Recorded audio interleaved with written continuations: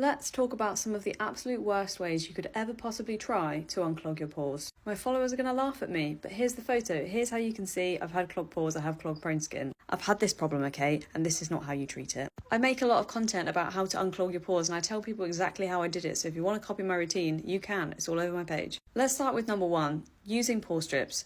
Everybody knows you shouldn't use pore strips anymore. I don't care about the Dr. Pimple Popper videos on TikTok. I know they're satisfying to watch, but they're not going to do your skin good in the long term. When you stress out the pore and you brutally attack it multiple times a week, you're just going to make it bigger. It's going to be large because it's bruised and battered. If you actually want to reduce clogged pores on your nose, I recommend either salicylic acid or retinoid or alternating between the two. And make sure you wear sunscreen as well, because if you don't wear sunscreen, your cell structure as you age is going to sag. And that's why a lot of people's pores look bigger as they age, because they're not wearing sunscreen. Next up, we have one of the most offensive ones on there, and this is using a mechanical exfoliator. If you're using an exfoliating brush, don't. Stop. Even Foreo. Okay, so of all the brushes, Foreo is slightly better, but I don't think there's any single person on this planet who genuinely needs to use a mechanical exfoliator. It's not what your skin wants. Your skin does not want to be mechanically exfoliated like this. All it's going to do is make you dry, red, break out, damage your skin barrier. It's not going to go deep into the pores and break up blockages like a BHA can. And it's not going to speed up cell turnover like a retinoid can. So you're just skimming the surface, and to be honest, you're not skimming the surface, you're like aggressively brushing the surface. And guess what? Clogged pores aren't on the surface, they're beneath. Said it before and I say it again, if you want to unblock your pores, you need to use a retinoid, and if you can't use a retinoid, try salicylic acid. Next we've got this one. So they're not exclusively saying to use a lemon to exfoliate, but let's be real, we've all read that that could be a good idea.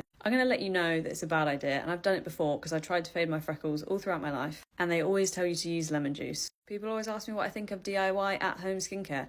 I think it's awful. Never do it. Please never do it. I know it's cheap, and I know some people are on a budget, but there are very cheap skincare products in Superdrug that are not going to harm your face like this would. Hopefully from this video you've got a little bit of insight on what not to use to unclog your pores and how to unclog your pores with other products. If you don't know where to start, I did create a guide. It is on my profile. And if not, all of my content is tailored towards people with clog prone skin, and I post every single day. And I'm very, very tired.